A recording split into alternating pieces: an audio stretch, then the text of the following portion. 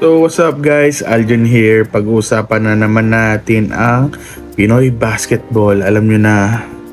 So alam nyo na ang PBA Pinoy Basketball ay punong-puno ng trade rumors. Lalo na sa Facebook. Sobrang dami. Dito rin sa YouTube, madami rin. Lahat ng players pinalipat-lipat na nila, di ba? So ako naman, hindi ako yung source na ako nagsabi na iti-trade si ganito, iti-trade si ganyan sa Ginebra, iti-trade si ganito sa San Miguel. Ako ay nagre-react lang sa mga trade rumors. Kumbaga yung comment ko may perspective lang about do sa trade, kung sakali mangyari, kung mukha namang di mangyari talaga, kumbaga masyado ng OA ganun. So alam niyo naman sa Ginebra ay lagi na lang merong trade rumors. Yun na nga. Laging si ganito natitrade sa Ginebra. Halos lahat gusto nila i-trade sa Ginebra. Di ko alam bakit. So ayon sa nabasa ko sa PBA Insider News daw na dahil nga daw nung semis ay nahirapan ng Ginebra sa San Miguel, nahirapan makisabay kay Jericho Cruz, CJ Perez, di daw sila mabantayan ni Eli Tenorio, Maverick Misi at iba pa. So gusto nila kumuha ng mga reliable na wing na mabilis, na mabata pa. At ang rumor ay gustong kunin si Joshua Monson ng Northport Batang Pier at si Stephen Holt ng Terra Firma Jeep. So ang mga kapalit daw syempre bench players, sila Sidney Onubere, sila Von Pesumal, Nards Pinto, ay si Maverick Misi kasama na rin sa trade. Tapos siguro sama na lang ng Gene Bulag. Joke lang. Basta yun yung mga kasama sa trade rumor na yun. At sigurado syempre sasama na yung rookie draft ng Ginebra kasi hindi naman nila masyado ginagamit yun eh. At hindi naman din kailangan kung mangyayari itong mga trade na to. So yung mga bench players na Ginebra, yun nga, Joshua Monson at Stephen Holt. Medyo malabo yun, no? Siguro isa doon pwede nila makuha. Pero kung yung dalawa na yun, maubos talaga yung bench ng Ginebra. Kawawa naman yung bench ng Ginebra, di ba? Tsaka, for me, di ko siguro kunin kung ako yung sa Ginebra, si Joshua Monson. Kasi may araw na magaling siya. May araw na maganda nilalaro niya. May araw na wala, olats talaga. Tsaka baka hindi siya makasabay dun sa sa team play. Kumbaga sa style kasi ni Team Cone, syempre passing ang pinaka dyan tawag dito, more on passing than scoring mas yung ikot ng bola, mas lamang yung ikot ng bola kaysa yung mag-iso play, yun, ganun. So parang malabo sa akin kung mo si Joshua Monson.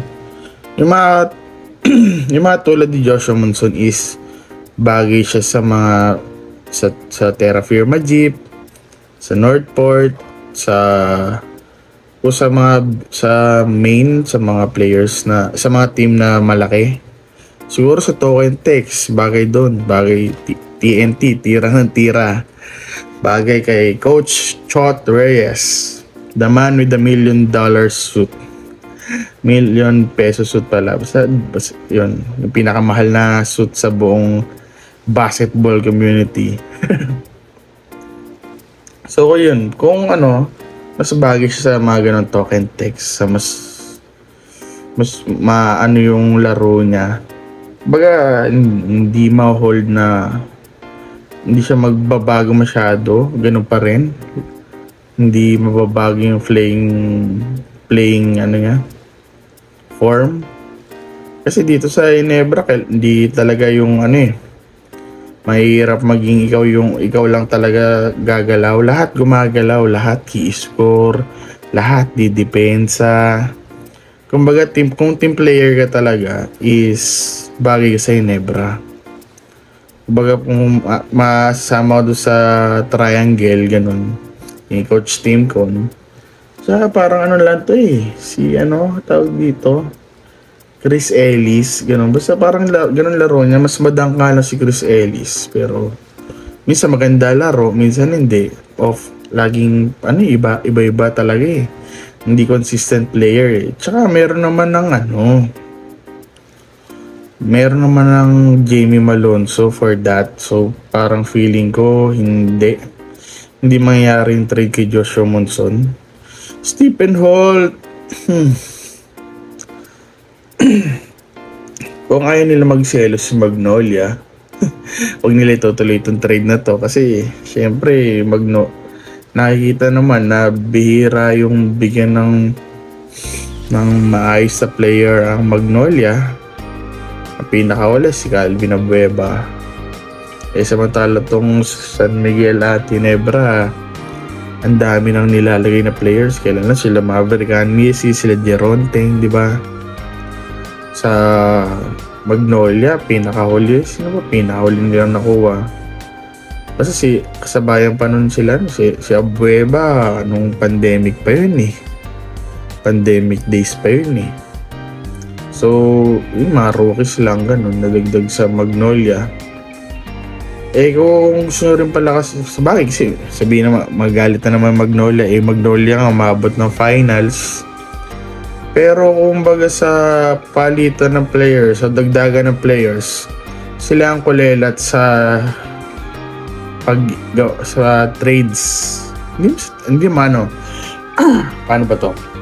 Hindi ang kulelat. Kumbaga, mas madami lang nakukuha yung Ginebra at San Miguel na players na malalakas agad. Para sa Magnolia, tingnan mo, ang kuha nila sentro ay si James Lapot. Tawag sa kanya, yung hindi pa siya yung hinog talaga, pero kailangan nila na sentro. Pero alam mo naman gagaling niya si Lapot. Pero kumbaga, syempre kung SMC group, SMC team, bibigyan ka talaga ng mga malalakas sa sentro dapat. Mga tipong sino ba pwede? Yung tipong si Raymond Dalmasan, ganun. Yung mga ready, kumbaga veterano na pwede pang panlabang, pang dikdikan ng para masabi super team. Diba? Mga ganun. So, Stephen Holt, para sa daming aalis niyan. Ayoko na maalisin si Nards Pinto, kahit alam ko naman binabash nyo siya dahil all-star. Di naman niya kasalanan na madaming fanbase ang Ginebra. Pero okay lang naman siguro sa kanya kahit di siya may all-star, diba? Kasi ako, ayoko mawalain si Nards Pinto kasi magaling na off the bench na point guard, na guardia, depensa, may 3-point shooting, ganun. Si Von Pesumal, siguro yun. Kasi hindi naman consistent, pero pagka pumotok, malakas. Magaling mag-tres. Pero mas lamang yung hindi consistent, ganun. Tapos si Dion Rubere na hindi naman na ginagamit, nababangko lang. Siguro kung sabi nga nila nagre-request na ng trade yung tao, so baka ma-trade to, pero di natin sure kung kay Stephen Holt. Pero kung matutuloy man to, ubos talaga yung bench ng Ginebra. Tsaka kulang ang bola doon. Siyempre yung dalawang yun, papayag ba silang maging under nila Christian Stadhandinger, nila Malonzo, nila Scottie Thompson? Kasi score first yung dalawang players na yun Siguro hindi rin papayag si Team Con kasi talaga magiging baka mag-ball hug lang yung mga yun. Okay naman na sila ngayon, siguro kailangan lang ng Ginebra ay magpabata ng players. Pero okay, hindi naman bata kasi hindi naman na bata Stephen Holt, parang veterano na rin yun. Si Joshua Monson, medyo, pero yun nga, ISO player talaga si Joshua Monson eh. So, di ko sure kung mag-fit siya sa sistema ni Coach Tim Cone. So, kung feeling ko, maliit ang chance ang mangyari to. Sobrang liit ang chance. Siguro, kung ano na lang, wala naman. wala pala sasuggest na ano. Pero, yun nga, malabo to kasi mauubos talaga eh. Mauubos ang bench na Ginebra, mas kawawa sila. Si Japet Aguilar, sinusumpong ng tuhod niya. Tapos di natin alam kung gaano katagal lang si Eli Tenorio sa basketball, baka mamaya mag-retire na yan. Diba? Di natin sure, or mag-coaching staff.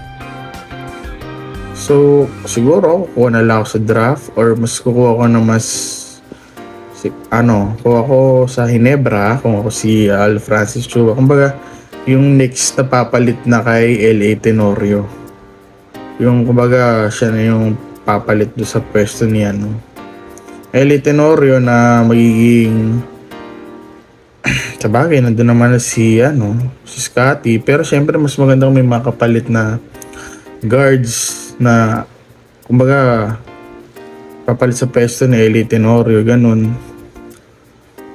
Tsaka si Japet Aguilar na alam mo na, di ba, nag-retire na sa Gilas, pero yun yan, nag-emergency lang talaga kaya siya sinama sa Gilas. So syempre pag kayo nagre-retire na sa Gilas, syempre susunod na din yung PBA.